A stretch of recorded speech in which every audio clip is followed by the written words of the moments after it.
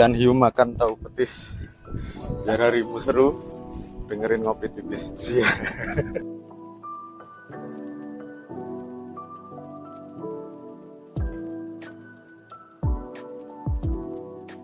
Wih, kembali lagi bersama kita. Kembali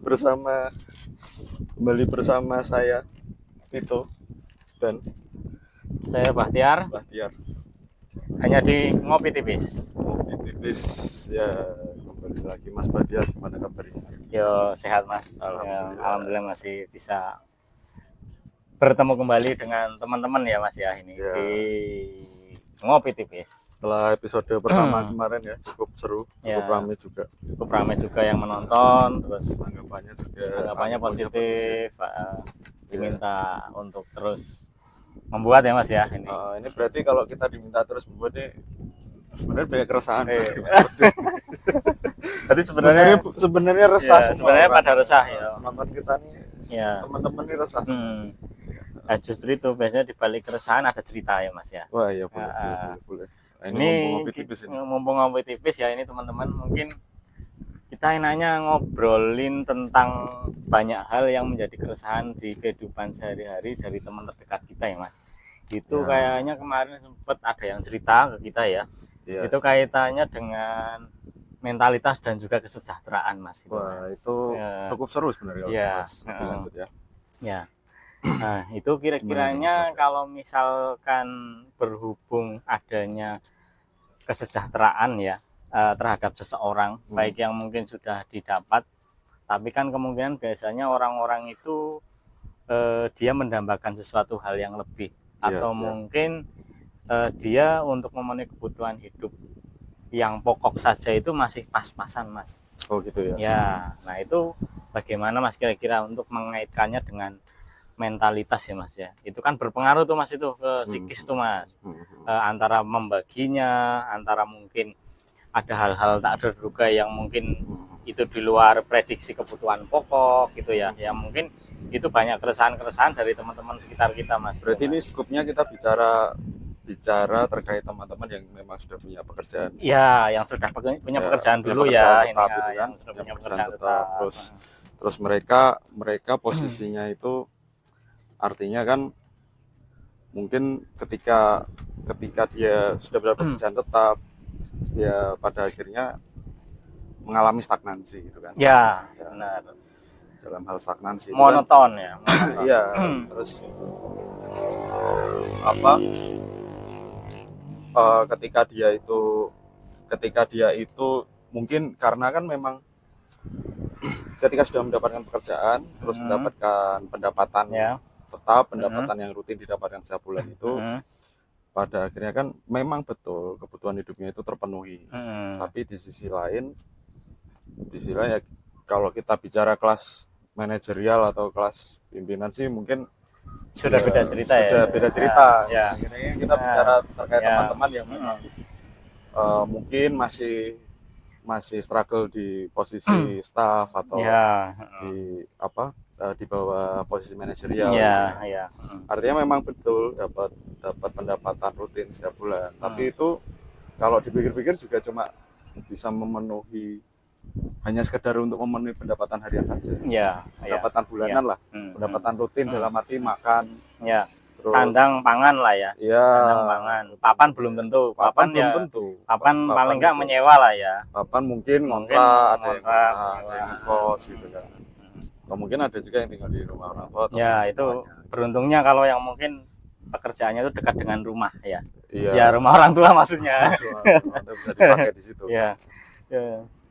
Sebenarnya sih gimana ya?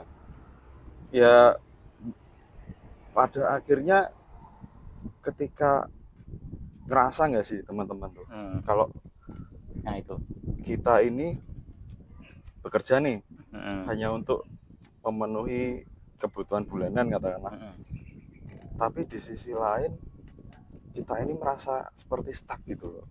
Ya, istilahnya kan. Loncatannya itu seolah-olah itu dalam arti kita bicara stuck itu bukan naik, bukan dari strata sosial atau apa, lebih ke arah pendapatan kita stuck. Lalu di sisi lain ketika kita ingin memulai sesuatu pun juga kita kurang keterbatasan gitu. Sumber daya keuangan itu loh Mas. Bukan cuma sumber daya keuangan, padatnya kegiatan, ya, masuk kerja dari jam 7 sampai jam 4 ya kan. Waktu ya Mas ya. Waktu. Berarti selain dari pendapatan keuangan ya mungkin bisa dibilang cukup. Nah, cukup. Tapi kita juga dihadapkan pada kondisi waktu yang sangat padat. Waktu yang itu memposisikan diri kita itu untuk tidak bisa melakukan hal lain yang gitu lebih ya, yang lebih karena kita bukan let's say tanda kutip terjebak bekerja jam 7 sampai jam 4 gitu kan. Setelah itu kita pulang itu pun juga mungkin kalau yang bagi yang sudah berkeluarga itu bertemu anak istri itu kan family time gitu kan. Otomatis ya mau melakukan apa gitu. Nah, mungkin sih kalau dari sudut pandangku itu yang bisa dilakukan itu lebih ke memanage ulang keuangan sih sebenarnya.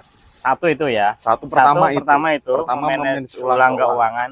Apa yang didapat? Apa yang didapat itu di manage ulang, kita klasifikasikan berdasarkan pos-posnya nih. Di pos ya. By pos itu nanti setiap pos itu ada persentasenya, itu mau ada berapa. Let's say contoh katakan seperti ini. Kita kerja gitu kan. Kita kerja terus katakan punya istri nih. Bagi yang punya istri, istrinya juga kerja gitu. Nah, itu gimana nih antara suami istri ini ada perjanjian nggak, dalam arti apakah yang pertama pendapatan berdua ini digabungin, ya kan, terus untuk setelah penggabungan ini nanti di-manage semuanya atau mungkin pendapatan istri ya buat dipegang istri sendiri gitu kan. Tapi itu pun juga sebenarnya kalau kita bicara poin yang kedua tadi, ada sebuah hal yang membuat itu bisa jadi riskan gitu loh, karena bagaimana si istri ini memanage gajinya yang dia pegang sendiri ya kan? Itu ada resiko lalai juga ya Mas ya. Itu mungkin bisa resiko lalai karena pendapatan utama keluarga itu otomatis kan disokong dari pihak suami. Itu yang utama. Nah, lalu ya kalau si istri pegang sendiri itu memang dari pihak istrinya dia pun harus taktis sih. Kalau dulu nih contoh orang tuaku nih ya. Pendapatan ibuku itu selalu dibelikan untuk perhiasan. Perhiasan yang berbentuk emas itu antam atau hias? Bermacam-macam. Ada yang karena itu daya jualnya itu kan untuk menjual emas antam dan misalnya perhiasan yang lainnya itu hias, kan kecepatannya beda-beda ya Mas. Iya, betul. Lebih cepat yang perhiasan dibanding yang antam. Biasanya seperti itu. Kalau itu menurut pengalaman ibu saya selama ini. Nah, lalu memang untuk kebutuhan rumah tangga itu memakai dana bapak saya gitu. Ini saya pakai contoh contoh dari orang tua saya karena saya belum berkeluarga kan. Jadinya yang lebih relevan kan dari contoh orang tua saya gitu. Nah, mungkin bisa seperti itu, atau kalau misalnya digabung nih, pendapatnya digabung. Nah, kita pakai prinsip let's say ini katakanlah 50% pendapatan total itu diposkan untuk kebutuhan sehari-hari. Ya kan? Termasuk itu di dalamnya ada listrik, ada air dan apa segala macam gitu kan. Untuk memenuhi bulanan itu. 20% dianggarkan untuk dana investasi. Untuk jangka panjang. Apapun itu bisa bentuknya beli emas tadi atau tabung untuk beli tanah atau apa gitu kan. Lalu yang 20% itu bisa digunakan untuk mungkin biaya entertainment. Misalnya kayak istri mau jalan-jalan atau anak gitu. Berarti healing itu perlu ya. Healing itu juga perlu. Itu kan tetap harus ada anggarannya, jangan sampai memotong pos yang 50% itu tadi. Lalu yang 10% itu untuk dana darurat jika sewaktu-waktu itu terjadi. Nah, dari berapa poin itu tadi? 1, 2, 3, 4 ya. Ada 4 poin. Dari 4 poin itu pun juga kalau bisa memang rekening itu dipisah-pisah Mas Bahtiar. Berarti tidak dalam satu rekening ya, rawan terambil ya. Itu rawan karena kita pun akan kehilangan track untuk mengukur nih seberapa uang yang harus kita pakai. buat ini kan akhirnya kan kalau kita bagikan bisa langsung nih pendapatan turun ke rekening, nah itu kan bisa langsung dipotong. Langsung dipotong. Nah, bisa langsung dipotong, dimasukkan ke pos-pos yang sudah seharusnya mendapatkan porsi tertentu itu. Nah itu. Nah kenapa itu harus ada gitu? Kenapa harus kita memanage keuangan kita? Gitu. Mungkin betul untuk saat ini kita bekerja itu merasa stagnan, kita bekerja merasa monoton, merasa ya belum bisa mengembangkan diri ke arah yang lebih lagi, kan? Mengembangkan ekonomi lah terutama kan. Tapi di sisi lain nih kita dengan mempersiapkan ini kita bersiap untuk masa depan ya. Oke. Ya. Kan? Ya. Jadi di dalam stagnansi kita itu kita bisa berpikir nih, kan mengukur tadi let's say uang untuk investment itu di 20% dari total pendapatan bulanan kan. Dari 20% itu 20% diakumulasikan setiap bulan. Jadilah itu 20% itu dalam 1 tahun itu ada berapa gitu. Nah itu kan kita bisa mengira-ngira angka ini nih. Oh ya, perkiraan dari apa yang didapat ya. Nah, perkiraan apa yang didapat. Misalnya ini sekarang tahun 2023 lah ya. 2023 bulan November gitu kan. Diperkirakan nih bulan November tahun depan dengan nilai investment 20% tiap bulan pos untuk investment itu. Kita bisa memperkirakan misalnya kira-kira besok di 2 bulan di tahun depan November 2024 ya. Itu misalnya kita bisa dapat sekitar 15 juta nih. Nah, itu kan mulai dari sekarang nih kita bisa berpikir nih. November besok let's say ya. Itu kita mau bikin apa gitu. Mau usaha apa. Modal itu penting ya. Modal itu penting. Jadi memang ya kita paham lah untuk teman-teman yang memang sudah punya pekerjaan, tentunya pasti punya pertimbangan untuk safety lah ya. Untuk safety. Apalagi yang sudah berkeluarga. Apalagi yang sudah berkeluarga. Dan punya anak. Itu kan safety itu sangat penting. Artinya kan kita mau bisnis, kita mau scale up keuangan, tapi di sisi lain kita pun juga masih kadang tuh was-was nih. Wah, nanti nih kalau misalnya bisnis berhasil nggak ya? Ada kekhawatiran. Kan? Ya karena penuh resiko soalnya. ya kalau kita bicara resiko, kita hidup itu tidak resiko. Iya betul. Tapi kita kan pasti beresiko. Paling nggak meminimalisir itu, mengamankan. Dengan kekhawatiran itu, plus teman-teman punya benefit untuk saat ini bisa mengukur nih dari November ini kemampuan pos untuk dana di bidang pengembangan investasi itu di 20% nih, ya kan? Nah, tahun depan itu kan punya bayangan kira-kira di dalam rekening yang khusus untuk pos investasi itu ada berapa rupiah. Nah, mulailah berpikir nih akan membuat apa. Di jenjang proses menuju itu ya. Jenjang proses menuju ke November tahun depan. Sambil memikirkan, sambil saving juga untuk itu ya. Saya kira sih proses waktu 12 bulan itu sudah sangat cukup sekali untuk menghitung cost and benefit, untuk menghitung resiko yang kemungkinan ada di dalam sebuah usaha. Gitu kan. Plus nanti juga dalam waktu 12 bulan ini bisa mencari mungkin untuk katakanlah teman-teman ingin terjun di dunia bisnis itu kan bisa mencari supplier, bisa mencari target market, segmentasi seperti itu. Artinya kan 12 bulan itu cukup untuk mengukur kekuatan teman-teman ini. Ya istilahnya ranahnya mau di wilayah mana bisnisnya, sama dengan modal sekian mampunya untuk pangsa pasar yang seberapa gitu ya Mas. Kan sudah sesuai budget lah intinya. Jangan over budget gitu ya Mas. Jangan over budget pun juga ya semuanya harus dibikin efektif dan efisien. Nah, seperti itu.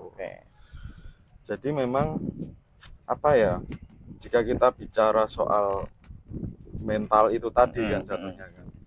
Nah, mental dan kesejahteraan memang betul untuk teman-teman yang mungkin sudah punya pekerjaan tetap itu terasa kurang berani untuk mengambil keputusan karena sudah merasa di zona nyaman, pada akhirnya mungkin tidak bisa dibilang tidak takut untuk melangkah, tapi lebih ke arah jauh lebih hati-hati.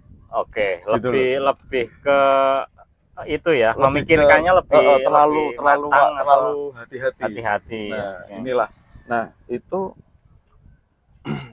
kalau kita berhasil memanage keuangan yang seperti saya contohkan tadi, ya mungkin setiap orang punya kebijakan masing-masing dalam memanage keuangan itu ya. Maksudnya berapa persentase yang dimasukkan ke pos A, pos B, pos C itu kan. Mungkin setiap orang punya kebijakan disesuaikan juga dengan tingkat pendapatan yang teman-teman sekalian punya gitu kan. Nah, kalau sudah teman-teman bisa atau kita bisa menghitung itu dengan baik, bisa memanage ini dengan baik sesuai dengan kapasitas pendapatan kita, ya, sesuai dengan persentase itu tadi, maka ya pastinya gitu loh, mengukur jangka waktu 12 bulan atau 1 tahun ke depan itu jauh lebih mudah dalam memantapkan sumber daya apapun, sumber daya tadi informasi ya kan, terkait bisnis apa yang mau dibikin, terus bagaimana nanti suppliernya, pangsa pasarnya apa, segmentasi segala macam itu, terus sumber daya keuangan jelas lah, capital, modal, uang itu kan nanti di 12 bulan ke depan itu sudah bisa diprediksi nih kira-kira dapat angka sekian nih kan. Di sisi lain pun juga sumber daya mental nih. Sumber daya mental. Keberanian ya. Keberanian. Karena kenapa disebut sumber daya mental gitu loh? Karena mungkin saat ini kita tidak punya mental untuk berjalan ke sana. Tapi ketika kita sudah dihadapkan dengan tadi ya manajemen yang bagus, terus bisa dihadapkan dengan kira-kira bayangan gambaran modal yang kita punya dalam 12 bulan ke depan itu berapa. Saya rasa itu bisa membentuk mental seseorang gitu loh, untuk melangkah ke arah yang lebih berkembang dulu, belum scale up lah, ini gitu. Berkembang lagi gitu. Berkembang dulu, nanti pelan-pelan sambil melihat perkembangan yang lain ya dari hal itu. Betul. Jadi ya mungkin kesimpulannya gimana nih Pak? Jadi mungkin untuk saat ini antara mentalitas dan kesejahteraan itu memang dua hal yang saling ada keterkaitannya ya Mas ya sebenarnya ya. Sebenarnya betul. Memang itu mau tidak mau harus kita akui ada kaitannya. Ada kaitannya. Berarti kita harus berani melangkah untuk bisa mendapatkan sesuatu hal yang lebih gitu.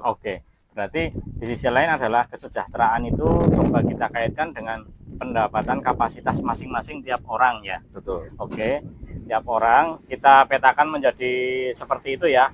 Yang kita anggap kesejahteraan itu adalah kapasitas pendapatan masing-masing tiap orang. Ketika kita sudah mendapatkan itu, bagi orang-orang yang sudah mendapatkan pekerjaan dulu ya, kita menceritakannya, kita kan sudah mempunyai sumber daya itu. Sumber daya yang setiap bulan ini rutin. Nah, tinggal kita plot-plotkan sesuai dengan kebutuhan pokok, terus nanti ada saving, ada investasi gitu ya Mas ya. Sesuai dengan pos-posnya. Tergantung kebijakan masing-masing. Itu bebas nanti pembagiannya. Tapi jangan lupa juga untuk rencana jangka panjang ya Mas. Betul. Jangka panjang. Dengan yang ada itu pada akhirnya kan bisa digunakan untuk membentuk mental nih. Dalam 1 tahun ke depan nih mau mengembangkan apa. Di situ diperlukan selain dari saving of money, berarti diperlukan juga untuk berani melangkah atau tidak. Itu kaitannya dengan mental nanti dalam saving of money itu tadi ya Mas ya. Iya betul. Artinya kita pun dalam jangka waktu 1 tahun itu bisa mempersiapkan mental juga. Karena mental itu bisa dibentuk ya Mas ya. Mental itu bisa dibentuk dan sangat bisa. Bukan sebuah yang mustahil. Artinya ya teman-teman, ya kita semua lah ya, itu harus berani menentukan langkah. Menentukan langkah dari hal yang terkecil dulu. Jangan terus melangkah ke hal yang langsung besar. Artinya dari hal yang kecil-kecil seperti tadi memanage, terus kita memprediksi, kita mengukur, kita mencari informasi, itu kan pada akhirnya bisa kita gunakan sebagai faktor-faktor yang bisa untuk membentuk hal yang besar tadi. Mulailah dari hal yang kecil, dari kehidupan apa yang kita dapat sehari-hari dulu, dan juga untuk membentuk mental kita ke depan ya. Dan jangan lupa untuk terus belajar ya teman-teman ya. Karena itu sangat berpengaruh ke pengetahuan kita untuk menuju mental yang mungkin kita bisa akan mengarah kemana untuk proses ke depan dalam perkembangan pendapatan kita. Ya, Ya, mungkin gitu untuk aja teman-teman. Itu aja ya teman-teman. Kalau ada masukan atau ada komen silahkan tulis di kolom komentar. Ya, jangan lupa share, subscribe, dan like dan sampai ketemu komen ya episode Ngopi Tipis minggu depan. Terima kasih. Ciao.